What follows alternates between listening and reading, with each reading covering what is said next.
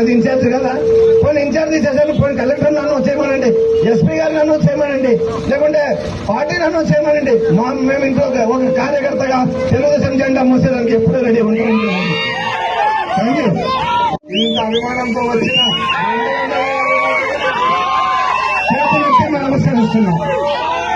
కొంతమంది బెదిరించి ట్రాక్టర్ ఇస్తే ఇసుక ఏనంటారు. ఇసుక వాళ్ళదా? ఇసుక వాళ్ళదా?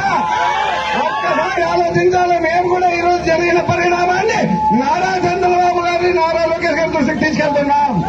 కొంతమంది పూర్ణరాజు గారు ఇక్కడ అందరినీ సమన్వయం చేసుకోవాలి.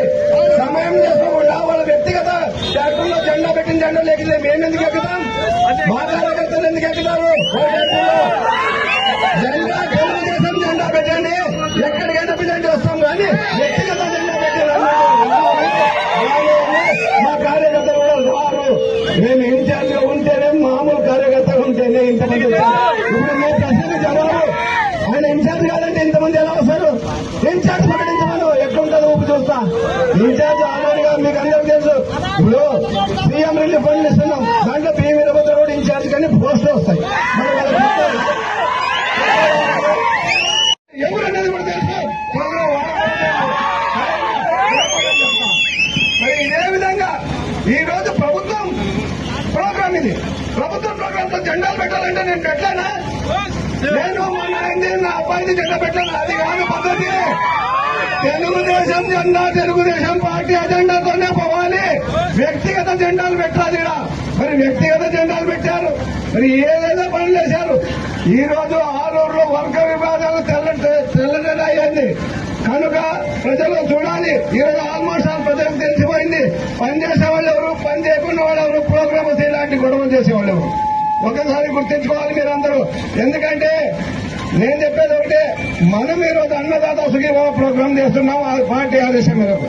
మరి గత ప్రభుత్వంలో 7,500 ప్లస్ 6,000 13,500 అన్నదాత సుఖీభావ రైతుకి వస్తే, మా ప్రభుత్వం 14,000 ప్లస్ 6,000 20,000 ఇస్తాం. అదేవిధంగా నిన్ననే మహిళలకు బస్సు ఇచ్చాం, ఫ్రీ ఉచిత బస్సు. అదేవిధంగా తల్లికి వందనం, ఎంతమంది పిల్లలుంటే అంతమందికి ఇచ్చాం.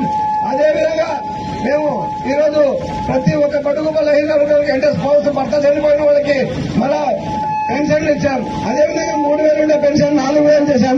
అదేవిధంగా 3,000 ఉండే వికలాంగులకు 6,000 చేశాం.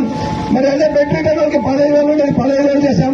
కిడ్నీ ట్రాన్స్ప్లాంట్ 10,000 నుంచి 5,000 నుంచి 10,000 చేశాం. మరి ఇన్ని సంక్షేమ పథకాలైతే ఓ ప్రక్క అభివృద్ధి పథకాలు తెలుస్తుంది. కాబట్టి నేనేం చెప్తున్నానంటే, ఈ రోజు మన సంవత్సరం అయింది. నేను ఇక్కడ ఇన్ఛార్జ్ గా కొనసాగుతున్నా. 17 కోట్ల వర్కులు తెచ్చాం. 6 మండలాల్లో సీసీ రోడ్లు, కనెక్టివిటీ వర్కులు, మళ్ళా ఇప్పుడు 560 కోట్లు పంచాయతీరాజ్ వర్కుల కోసం ప్రపోజల్ పంపించాం. దాదాపు 50% వర్క్ ఇస్తారని చెప్పారు. అదేవిధంగా ఈ రోడ్డు కూడా స్టార్ట్ ఎలక్షన్ టెండర్ పిలవడమైంది 3 కోట్లు.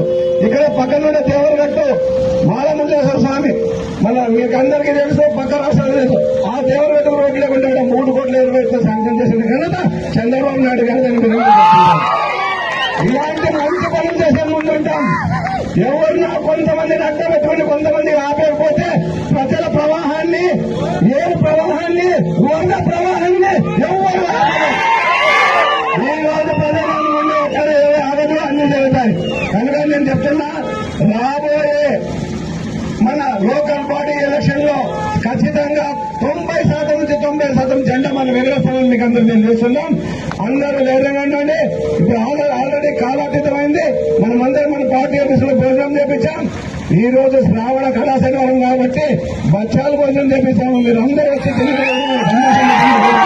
ఈ అవకాశం ఇచ్చిన మీ అందరికీ ఒక పిలుపు పిలువని వచ్చిన మీ అందరు కూడా, ఎవరు ట్రాక్టర్ ఎక్కడైనా ఇసుక ఫ్రీ కోరుకుంటామని అబ్జెక్షన్ చేస్తే చెప్పండి. కలెక్టర్ గారికి, డీజీపీ గారికి, డీఐజీ గారికి చెప్తాను. ఎందుకంటే నాకు తెలిసింది కొంతమంది అలో చేస్తున్నారు, కొంతమంది అలో చేయడం అలవాటు. ఫోటో తీసుకోండి. ఎవరైతే అలో చేస్తున్నారు, ఏ స్టేషన్ పరిధిలో అలో చేస్తున్నారు,